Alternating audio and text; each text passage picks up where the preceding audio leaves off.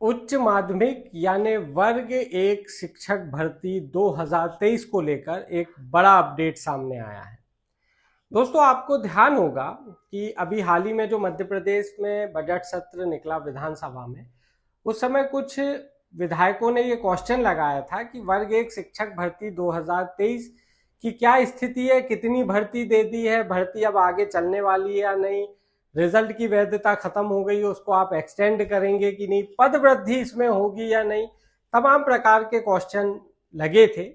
उन्हीं क्वेश्चन में से एक ये भी था कि अब इस भर्ती में क्या ये भर्ती खत्म हो गई है या इसकी डेट बढ़ाएंगे, क्या करेंगे, वेटिंग लिस्ट कब तक जारी होगी। तो इस क्वेश्चन के जवाब में सरकार की ओर से ये आया था कि माननीय हाई कोर्ट के एक ऑर्डर यानी स्टे के कारण वेटिंग लिस्ट जारी नहीं हो रही है। तो दोस्तों, हम ये बता दें कि जिस कोर्ट का ये हवाला दिया गया था, कोर्ट केस का, जिसके कारण स्टे लगा था, उसका फाइनल ऑर्डर पहले ही आ चुका है। अब आप कहेंगे कि जब पहले आ गया है तो सरकार ने सदन में ऐसा जवाब क्यों दिया। दरअसल विधानसभा में जब क्वेश्चन लगते हैं तो क्वेश्चन लगाने की एक टाइम होता है, सेशन शुरू होने से पहले ही वो क्वेश्चन लग जाते हैं, और जैसे ही पूरे क्वेश्चन लगते हैं तो विभाग उनके जवाब भेजना शुरू कर देता है। तो दरअसल जब ये क्वेश्चन लगाया गया कि आप वेटिंग लिस्ट का क्या कर रहे हैं, तो उस समय कहीं ना कहीं उस समय तक फाइनल जजमेंट आया नहीं था, और यदि ऑर्डर फाइनल सुनवाई हो भी गई थी तो हाई कोर्ट ने अपने आदेश को, अपने फैसले को सुरक्षित रखा था। क्योंकि सार्वजनिक तौर पे हाई कोर्ट का क्या फाइनल ऑर्डर है ये आया नहीं था, तो इसलिए सरकार ने सदन के सामने ये रखा था कि भाई हाई कोर्ट में स्टे है और इस कारण जो है हम वेटिंग लिस्ट वर्ग एक शिक्षक भर्ती 2023 की नहीं निकाल सकते। लेकिन मैं यहाँ अपने दोस्तों को बता दूं, ऑर्डर इस समय आप स्क्रीन पर देख रहे हैं, यह वही मामला है जिसके कारण स्टे लगा हुआ था वेटिंग लिस्ट में। फाइनल ऑर्डर आ गया है। फाइनल हियरिंग इसकी फरवरी में ही हो गई थी। 17-19 मार्च को इसका जो है अपलोड हो गया फाइनल ऑर्डर। और ये पहले आपको मामला बता दिए, एक्चुअल में मामला डिग्री से संबंधित था कि पीजी पोस्ट ग्रेजुएट की जो मार्कशीट है उसमें क्या होता है, कुछ यूनिवर्सिटी 45 से 50% को जो है तृतीय श्रेणी तो कुछ द्वितीय श्रेणी में मानती है। अब इसमें हुआ क्या कि एक क्राइटेरिया रख दिया कि भाई पीजी की ये डिग्री होनी चाहिए भर्ती परीक्षा में शामिल होने के लिए। अब उसमें हुआ ये कि कईयों के 49% थे, लेकिन उसके बावजूद भी चूंकि उनकी डिग्री में तृतीय श्रेणी लिखा था, थर्ड डिवीजन लिखा था, तो इसलिए उनका सिलेक्शन नहीं हुआ। जबकि कुछ के में 47% होगा या आपका 46% होगा, 45% होगा, उनके में सेकंड डिवीजन के कारण उनको जॉब मिल गई। मतलब 49% वाला ज्यादा अंकों के बाद भी जॉब नहीं ले पाया और कम अंक वालों ने जॉब ले लिया। ये पूरा विवाद था जिसका मामला चल रहा था, और इसीलिए हाईकोर्ट ने ये कह दिया था कि जब तक अंतिम फैसला ना आ जाए वेटिंग लिस्ट आप जारी ना करें।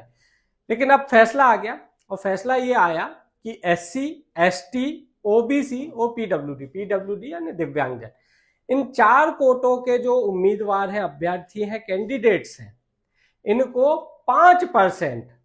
5% अंकों की छूट रहेगी। किसमें? पीजी डिग्री में। पात्रता या चयन परीक्षा की मेरिट की यहां बात नहीं हो रही है, यहां बात हो रही है पीजी डिग्री की। और इसके लिए 2 महीने का गवर्नमेंट को टाइम दिया है हाई कोर्ट ने कि आप 2 महीने के अंदर जो भी संशोधन करना हो नियम पुस्तिका में या जैसा भी है वो आप 2 महीने के अंदर करिए। और इस आदेश के कारण जिनको अब भर्ती मिलने वाली उनकी भर्ती 6 महीने के अंदर कर दीजिए। और इसके लिए चूंकि अब देखिए भर्ती तो हो चुकी, एक प्रथम काउंसलिंग के तहत 2900 3000 जो भी पद थे उसमें ज्वाइनिंग दे दी गई है। अब यदि रिजर्व्ड कैटेगरी में डायरेक्ट आप किसी को ऐसे भर्ती करेंगे, मान लीजिए कि अब मैं हाई कोर्ट के आदेश के बाद मैं एलिजिबल हो गया हूं, मेरे 49% थे और अब मुझे विभाग को ज्वाइनिंग देना पड़ेगी, तो जब जैसे ही मैं ज्वाइन करूंगा तो पहले से ही ऑलरेडी कोई उस पर ज्वाइन है, तो ऐसे में क्या होगा कि एक असमंजस की स्थिति बनेगी। और यदि आपने बीच में ऐसे किसी को करके कि भाई जो अब निकल रहा है अब उसको भी आपको समायोजित करना है, ये भी कोर्ट का आदेश है कि ऐसा नहीं है कि जिनकी नौकरी लग गई अभी, जिनको अक्टूबर में 19 अक्टूबर के आसपास जिनके ऑर्डर ज्वाइनिंग लेटर जिनके अपलोड हुए थे, ऐसा नहीं है कि उनमें से किसी की भी नौकरी जाएगी। यदि इस नए आदेश के कारण उनके पद डिस्टर्ब हो रहे हैं तो कोर्ट ने ये कहा आप समायोजित करें, और इसका भी तरीका बताया है। और तरीका ये है कि आप नए पद सृजित कर दें। खाली पद बहुत है, ये आप और हम सब जानते हैं। वेटिंग शिक्षक लंबे समय से पदवृद्धि की मांग कर रहे हैं, 20,000 पदवृद्धि की। तो कोर्ट ने यही कहा है कि इस आदेश के बाद जो ऑलरेडी ज्वाइन हो चुके हैं उनको आप समायोजित करिए और इसके लिए नए पदों का सृजन कीजिए।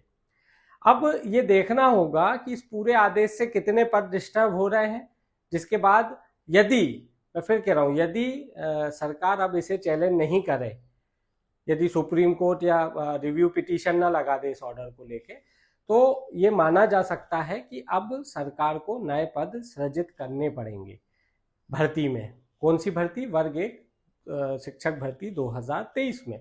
क्योंकि आप ऐसे बीच में किसी को करेंगे तो कहीं किसी का आरक्षण 19-20 ज्यादा हो गया तो वो फिर कोर्ट में चैलेंज करेगा। तो उससे बेहतर यह है कि जब आपके पास हजारों पद खाली हैं तो ऐसी स्थिति में नए पद सृजित करके समायोजन करिए, ताकि इस प्रकार की स्थिति और ना बिगड़े। और जो बच्चे बहुत लंबे समय से, आप देखिए कि वेटिंग शिक्षक दो प्रकार के, एक तो वो जो 20,000 पदवृद्धि की मांग कर रहे हैं, और एक वो जिनको ऑलरेडी ज्वाइन करने ही है, जितने पद है वो उसी में आ गए हैं, लेकिन केवल विभाग ने अभी 3,000 पर ही ज्वाइनिंग दी, बाकी के सब होल्ड थे। तो ये दूसरे जो वेटिंग शिक्षक है ये भी काफी लंबे समय से इंतजार कर रहे हैं, जिनकी ज्वाइनिंग होना ही है, तय है। तो ऐसे में मेरा तो यही सरकार से कहना है, नए पद सृजित करिए। इस कोर्ट के आदेश के बाद कुछ ना कुछ नए पद आपको सृजित करने पड़ेंगे। संख्या बेहद भले ही कम हो, नाम मात्र के पद हो, लेकिन इसी के माध्यम से आपके पास एक जरिया है, एक माध्यम है। आप इसी के साथ कुछ नए अतिरिक्त पद दे दें, ताकि जो 20,000 पदवृद्धि की मांग कर रहे हैं, भाई आप नए पद तो अब सृजित कर ही रहे हो ना भर्ती से हटके। भर्ती आपकी 8,729 या जिस भी पद पे हो रही थी, अब आप उसको थोड़ा सा बढ़ाना पड़ेगा, नए पद सृजित करने पड़े, थोड़ा और बढ़ा दीजिए, ताकि ये जो इतने 1.5-2 साल से जो संघर्ष कर रहे हैं वेटिंग शिक्षक, इनको भी ज्वाइनिंग मिल जाए। पात्र हैं, इन्होंने भी मेहनत की है, काफी अच्छे नंबर लाए, कईयों के तो 90-90 नंबर है, उसके बाद भी उनके जॉब और नौकरी का कहीं कोई ठिया सिरा ठिकाना कुछ नहीं दिख रहा है। ऐसे में ये मौका अच्छा है कि आप चूंकि अब नए पद सृजित करेंगे, नाम मात्र के करेंगे, थोड़ा सा दिल बड़ा करिए और वो नाम मात्र की संख्या को थोड़ा सा बड़ा कर दीजिए, ताकि ये जो संघर्ष कर रहे हैं इनको भी उसमें नौकरी मिल जाए।